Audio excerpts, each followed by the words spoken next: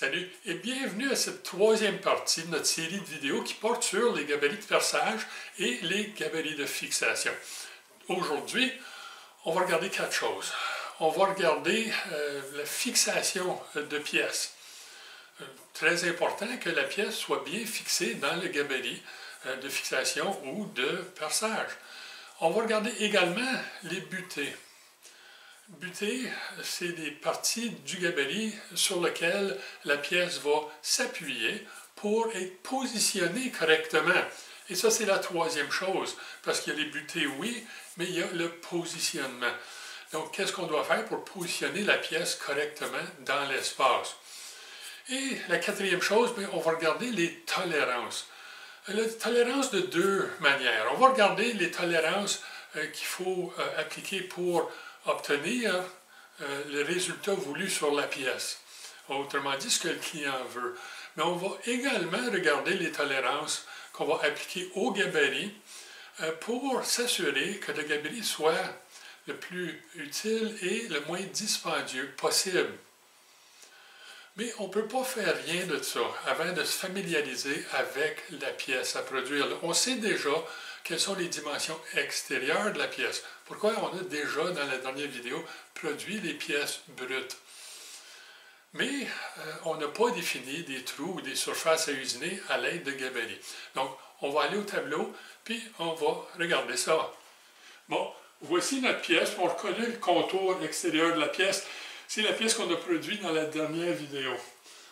Là, qu'est-ce qu'on a ajouté? Bien, une surface angulaire, et ça, c'est bien.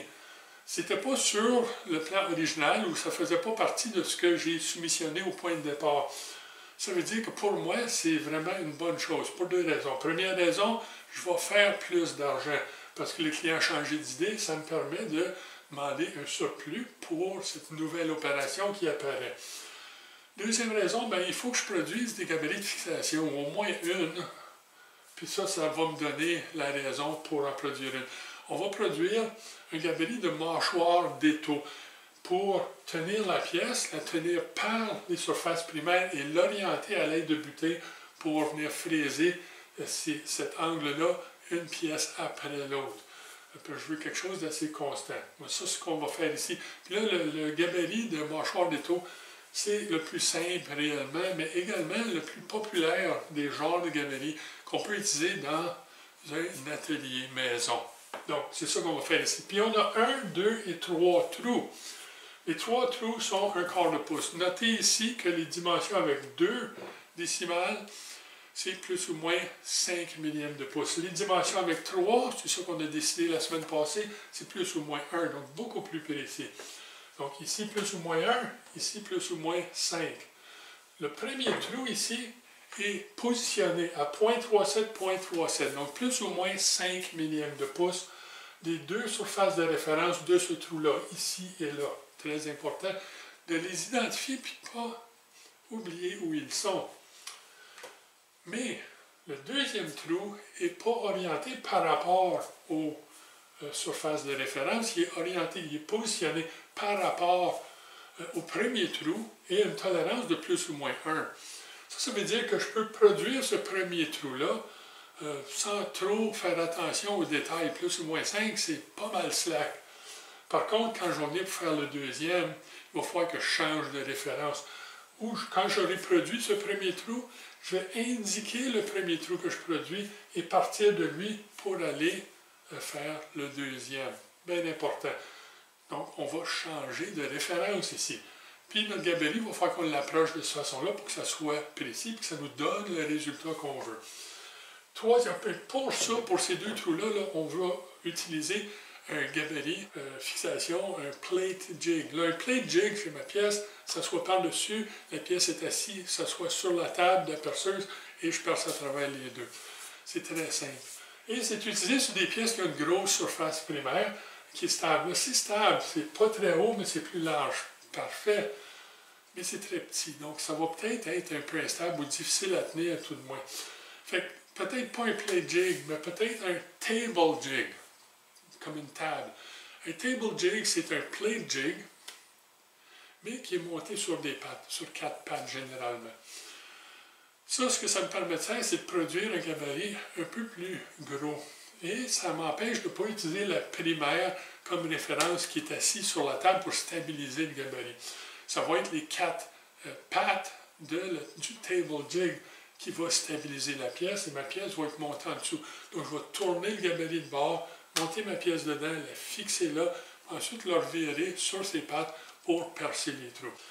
Le troisième trou ici est un peu bizarre aussi. Il est un quart de pouce, mais il est dans la surface tertiaire du rectangle original. Ça veut dire que je ne peux pas du tout utiliser l'autre comme référence stable, pas référence, mais comme surface stable pour percer. C'est beaucoup trop petit. Et ici, dans ce cas-ci, on va utiliser un gabarit angle plate jig. Donc, un gabarit de, c'est quoi, d'équerre de blocage, je crois bien qu'on dirait. Et ça va être un équerre de blocage sur lequel on va fixer la pièce et qui va incorporer les douilles guides pour produire ce trou-là. Faites attention. Les dimensions de positionnement ici ne sont pas précises. Par contre, c'est une erreur fréquente. Quand on regarde une pièce, souvent le monde pense « Ah, c'est sur le centre ». Ce n'est pas sur le centre ici. Il faut faire attention et vraiment regarder les dimensions. 0.625, 0.25. Ce n'est pas au centre. Donc, il va falloir faire attention à ça. Et le positionnement de ce trou-là est relatif à l'arrière de la pièce. Il ne faudra pas se mélanger dans nos surfaces. Il va falloir qu'on garde ça là, correctement parce que ces deux trous-là ne sont pas positionnés également des deux angles. Et celle-là n'est pas positionnée au centre. Il va falloir vraiment faire attention à l'ordre des choses. Donc, on peut maintenant attaquer nos 4 sujets pour la journée. Et la première, bien, ça va être les accessoires de fixation. Bon, les accessoires de fixation, ben, c'est quoi? Le gabarit de fixation ou de perçage, un ou l'autre, sont des accessoires de fixation, mais ce n'est pas de ça que je parle ici. Ce que je parle ici, c'est ce qui va appliquer une force sur la pièce pour la pousser contre ses butées et l'immobiliser dans l'espace et contrecarrer les forces appliquées par l'action de coupe. C'est ça qu'on veut qu'un accessoire de serrage, de fixation fasse. Bon, ça fait ça, c'est bien. Un exemple simple qu'on connaît tous. On va regarder un étau de fraiseuse. Bon, ben, l'étau de fraiseuse a sa mâchoire mobile, sa mâchoire fixe. Dans un exemple d'étau, si on avait à ramener ça à un gabarit, l'étau, la mâchoire fixe, serait les butées et la mâchoire mobile serait l'accessoire de fixation. Donc, l'accessoire de fixation pousse la pièce contre sa butée et l'immobilise dans l'espace. Contrecarre les forces de coupe. Mais ce que l'étau ne fait pas, c'est à positionner la pièce dans l'espace. Ça, c'est une notion importante. Dans 2 des 3 plans, la pièce n'est pas positionnée quand on fait juste l'installer rapidement dans un étau. Si on veut qu'elle s'aligne dans les autres plans, mais il va falloir qu'on sorte un comparateur ou un équerre puis qu'on l'aligne nous autres mêmes.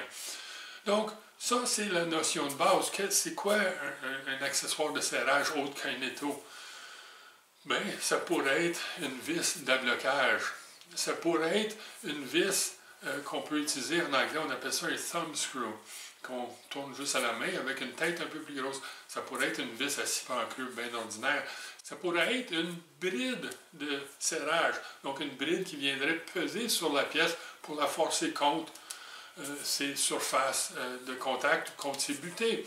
Ça pourrait être un cam qui viendrait appliquer une force sur une pièce, puis les cams ont l'avantage d'être auto-barrants. Ils se fixent eux-mêmes, ils ne se débarrent pas facilement. Ça pourrait être plusieurs choses. On va commencer par regarder un exemple d'un type de gabarit qui ne suit pas du tout les règles qu'on a établies. Puisque lorsqu'on l'utilise, les accessoires de serrage poussent la pièce contre ses butées, mais seulement que légèrement. Et ils ne fixent pas la pièce du tout, autre que la positionner, la tenir légèrement en place. Elle ne contrecarre pas non plus les forces appliquées par l'action de coupe. Fait qu'on va aller regarder ça, un plate jig. Bon, voilà ma pièce, on commence à le connaître. On a nos dimensions, puis on sait que c'est une pièce qui doit être précise. Elle précise comment? Vraiment pas si précis que ça, plus ou moins 5 millièmes de pouce. Par contre, j'ai une dimension ici qu'il va falloir que je respecte à plus ou moins 1 millième. Plus l'épaisseur, mais l'épaisseur ne rentre pas en compte pour aucun des gabarits ici. Fait que 0.500, plus ou moins 1 millième de pouce sur l'espacement centre à centre de ces deux trous-là. Et ça, c'est important. Ça veut dire que ce trou-ci est très précisément positionné par rapport à ce trou-là. Mais ce trou-ci n'est pas du tout précisément positionné par rapport à sa surface de référence, ni dans un axe ou l'autre. Quand on va venir pour faire notre gabarit, ça va être important de se rappeler de ça. Donc, j'ai deux trous précisément espacés. J'ai un trou qui n'est pas précis du tout, plus ou moins 5, et j'ai une surface angulaire qui n'est pas plus précise que la première, donc plus ou moins 5. Donc, la seule chose qui est précise ici, c'est ces deux trous-là. Et je vais commencer par ces deux trous-là. Pourquoi? C'est simple. Si je produis cet angle, ce trou en premier, puis finalement ces deux trous-là. Excusez.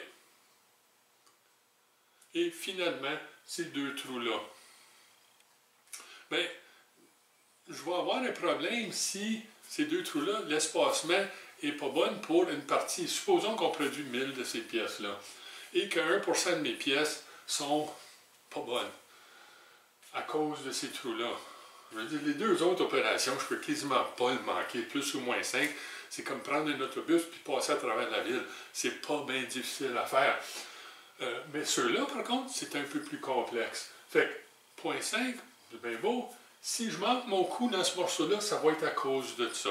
Si j'ai déjà effectué les deux autres opérations, pour les 10 pièces qui vont être gâchées si mon taux d'erreur est de 1%, bien, ces 10 pièces-là, j'aurais produit ces opérations-là pour rien. J'aurais perdu mon temps. Ça serait bien mieux de faire ce qui est plus, ce que j'ai plus de chances de manquer en premier, ces deux trous-là, suivi des deux autres. Donc, un gabarit plate jig, le plus simple pour ces deux-là, c'est ce qu'on va produire et on va les faire en premier. Celle-là ici, on va le faire en deuxième et l'angle en dernier. Pourquoi ça? Bien, quand je produis ce trou-là, je vais le percer et ce trou-là passe à travers l'angle en partie. Pas complètement, mais en partie. Puis si c'était complètement, ça serait encore pire. Un trou percé qui passe à travers une surface angulaire mais peut dévier et fort probablement va dévier. Et je ne veux pas ça. Donc, si je le produis avant de mettre l'angle, bien, ce trou-là va sortir par une surface qui est perpendiculaire au trou que je produis, puis je n'aurai pas de problème de déviation. Donc, le trou ici en premier, avec un gabarit d'équerre d'ablocage, un angle plate jig. Et puis, celui-là va être bien difficile de manquer, là, parce que c'est plus ou moins 5 pour ces références, mais remarquez, ces références sont en arrière de la pièce. Puis ça va être important. Et finalement, une fois que j'ai tout ça, bien, je vais produire un gabarit de mâchoire d'étau pour venir fraiser la dernière surface, la dernière opération qui va être de fraiser cette surface-là. Et ma pièce va être complétée. Donc, pour positionner la pièce, mes bornes et mes butées, ici, je vais avoir besoin, puis je vais utiliser des goupilles ou des goujons comme bornes ou butées. Puis je vais en avoir une très près de la surface ici, donc un goujon ici. Un goujon là qui rentre dans le gabarit parce que ces goujons-là vont servir à positionner la pièce sur le gabarit. Ils ne tiennent pas, ils le positionnent. Un là et un au centre de la surface ici, qui est à ce moment-là entière parce que je n'ai pas encore coupé l'angle. Là, je pars du gabarit pour faire, évidemment, ces deux trous-là. Pourquoi? Pourquoi une goupille ici et une là? Pourquoi deux?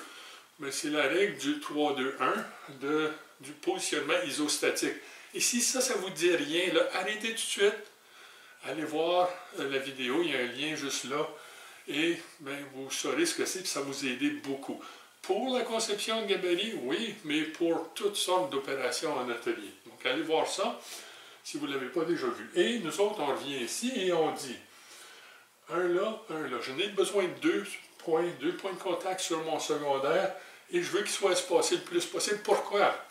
Supposons que ces deux goujons-là, goupilles ou goujons, étaient légèrement hors axe. un par rapport à l'autre. On va dire qu'il était 1/1000 de pouce. Pas grand-chose, un tiers de cheveux hors axe.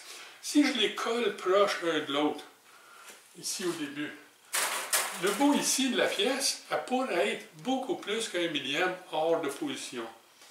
J'amplifie le problème, autrement dit.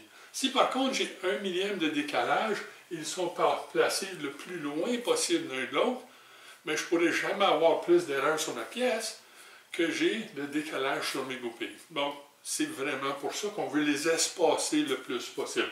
1, 2, 3 ici. Le troisième, qui est un seul sur la surface tertiaire, donc surface tertiaire, un seul point de contact ici.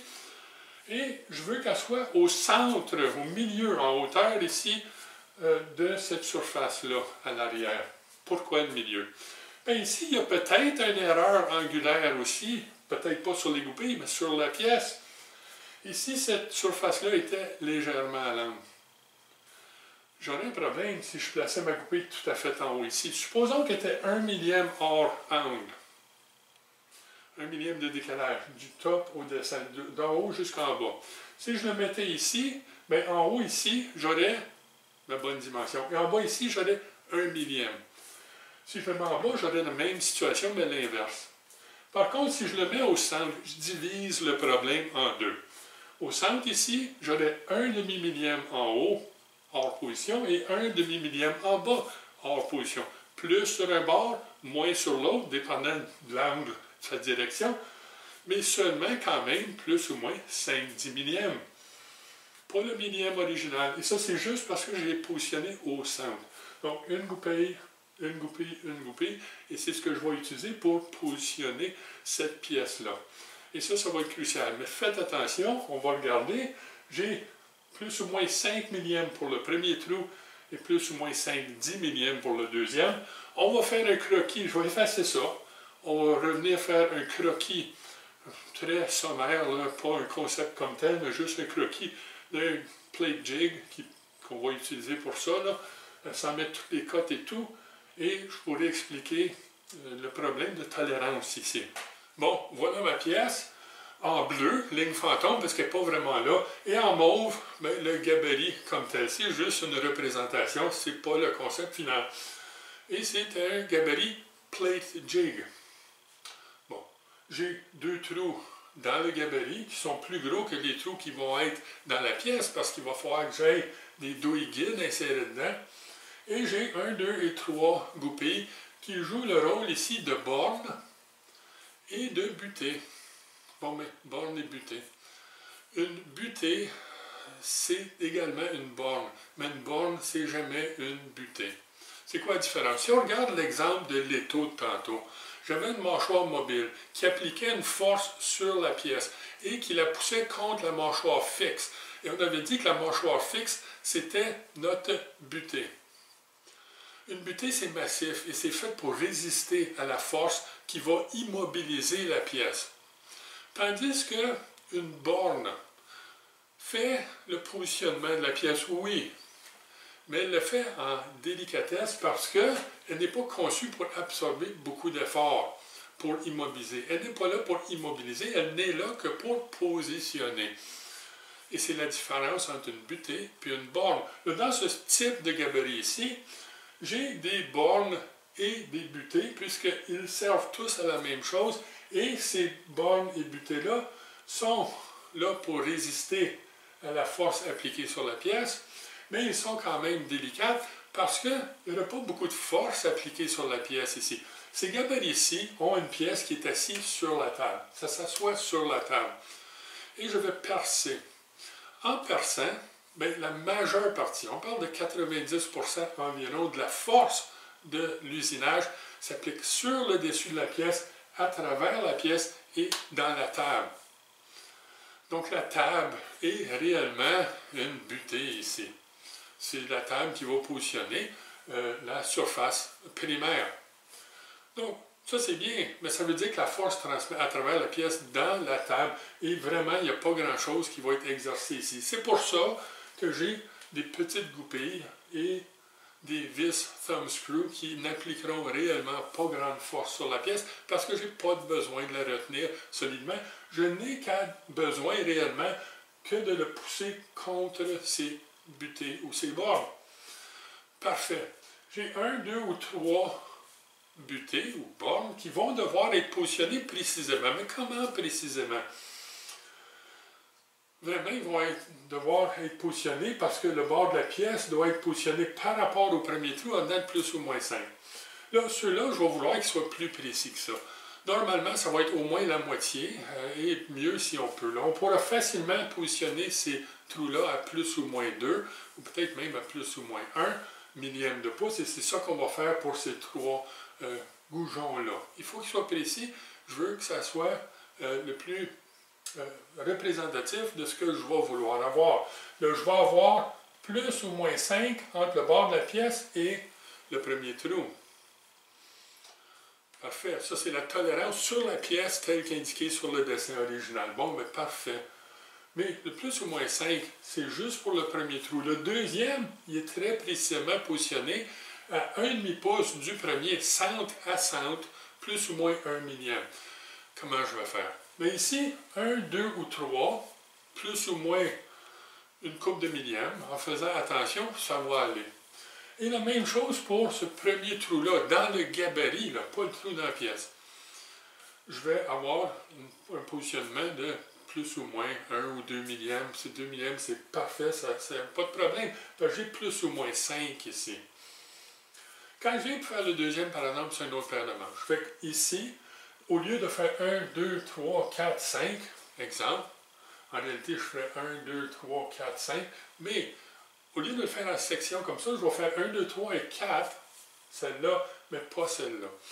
Je vais, une fois que ce trou-là existe, je l'ai percé, je l'ai alésé avec une barre d'alésage, donc je l'ai percé 5% plus petit que la dimension finale, et je l'ai alésé, exemple, 12 mm.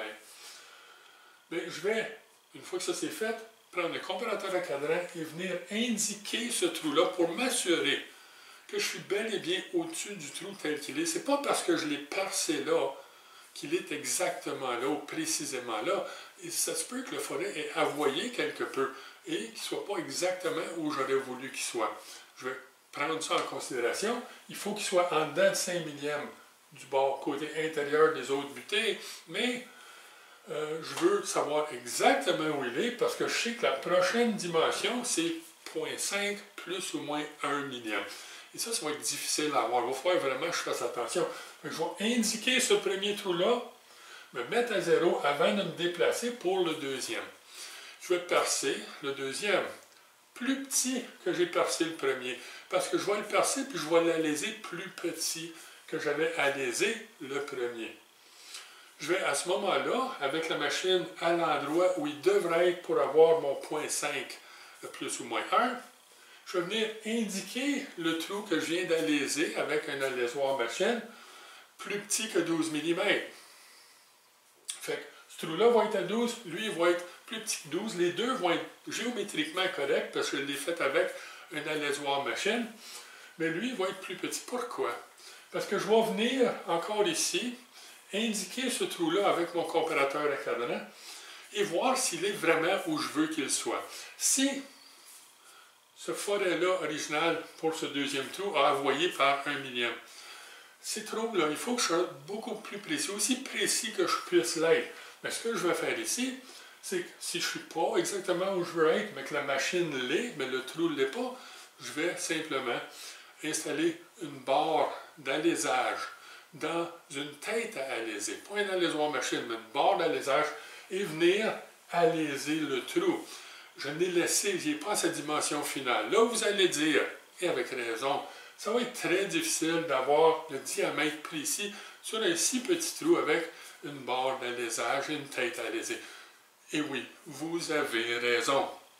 Mais vous n'êtes pas obligé de l'avoir le diamètre final. Tout ce que vous avez besoin de faire ici, c'est d'amener ce trou-là au bon endroit pour que l'alésoir machine de 12 mm que j'ai utilisé sur le premier trou suive le bon positionnement, suive le trou existant qui est au bon endroit. Fait que je vais juste, dans le fond, prendre une très légère coupe pour lécher l'intérieur du trou pour m'assurer qu'il est au bon endroit et rond. Et ensuite, je vais prendre la lésoir et finir le trou. Là, évidemment, si je vérifie puis elle est au bon endroit, je n'ai qu'à aléser le trou, c'est pas un problème. Mais si ce n'est pas, on va se sauver de cette façon-là. Et je vais avoir à ce moment-là deux accessoires de fixation qui appliquent une légère pression sur la pièce, les forçant la pièce contre ces bornes et butées. Et j'ai deux trous dans le gabarit dans lesquels je vais insérer les douilles guides qui vont guider le forêt au bon endroit. Là, j'ai plus ou moins 0,5, 1 millième ici, centre à centre. Mais le dessin, puis il faut se fier au dessin. Le dessin n'indique pas que ce point-là, ou le point de la goupille ici, et l'extérieur doit être très précis. Pas du tout. Je veux dire, l'extérieur de ça, je pourrais le couper avec une scie, puis c'est tout. Quand je produis ces 5 trous-là, je n'ai même pas besoin d'aligner l'étau autre qu'à l'œil, parce qu'en autant que je ne bouge pas la pièce entre le moment où je commence mes trous et entre le moment où je les finis, tout va être en relation à eux autres mêmes. Ne perdez pas votre temps à rectifier à l'extérieur toute l'usine, ce n'est pas important. Par contre, ça peut être problématique, ou ça peut sembler être problématique, parce que ces deux trous-là sont indiqués sur le dessin original comme étant plus ou moins 5 de tolérance sur le diamètre. Et ça, ce que ça veut dire, c'est que je vais juste les produire avec un forêt. Ils vont être pas mal plus précis que ça, mais le forêt va être ce qu'on va utiliser. Pas la peine d'avoir un alésoir si la tolérance du diamètre du trou, qui est un quart de pouce dans la pièce finie, c'est plus ou moins 5. Tout ce qu'il voulait, ou tout ce que le client voulait ici, c'est que l'espace centre à centre des deux trous soit précis. Et que chaque trou, si lui est 2 millièmes plus petit et 2 millièmes plus gros pour l'autre, c'est pas grave. Le centre d'un trou qui est trop gros, c'est le même centre que le centre d'un trou qui est de la bonne dimension. Le centre, c'est le centre. Fait que je vais avoir mon 0,5. Bon, ça c'est notre pièce. Avant qu'on se quitte, par contre, j'ai reçu une question. Mais pas une question. Il y a du monde qui a remarqué. Ils ont remarqué un défaut sur la surface de la pièce que je coupais avec mon étau-limeur dans la deuxième partie de cette cire ici. On voyait une espèce de ligne irrégulière sur la pièce et on se demandait d'où venait cette ligne-là, ou il se demandait d'où venait cette ligne. Mais c'est simple. Sur l'étau-limeur, sur le mien, quand l'outil revient, il n'usine pas la pièce parce que l'outil est sur un genre de pivot qui permet, quand il revient, de frapper la pièce et de lever, puis de se faire traîner le long de la pièce sans avoir aucun effort appliqué. Fait que pas vraiment de problème pour l'outil. Par contre, au début, quand il revient vite, il frappe la pièce, il remonte, mais il remonte un peu trop loin, et ensuite il redescend. Puis quand il redescend, bien, il n'est plus sur le bord de la pièce, il est un peu en retrait de ça. Et c'est ça qui fait ces petites marques-là, ces petites indentations-là. C'est juste, c'est pas tellement qu'ils sont profonds, c'est juste qu'ils frappent entre les traits originaux de l'étau-limeur, parce que mon étau-limeur, je l'ai arrangé pour qu'il avance la pièce sur le trait du retour. Et chaque retour fait un petit rebond qui produit une marque, et c'est ce qu'on voit là. Ceci dit, d'ici à ce qu'on se voit la prochaine fois, puis c'est à ce moment-là qu'on va réellement concevoir notre gabarit, bien, amusez-vous, soyez prudents et bon usinage.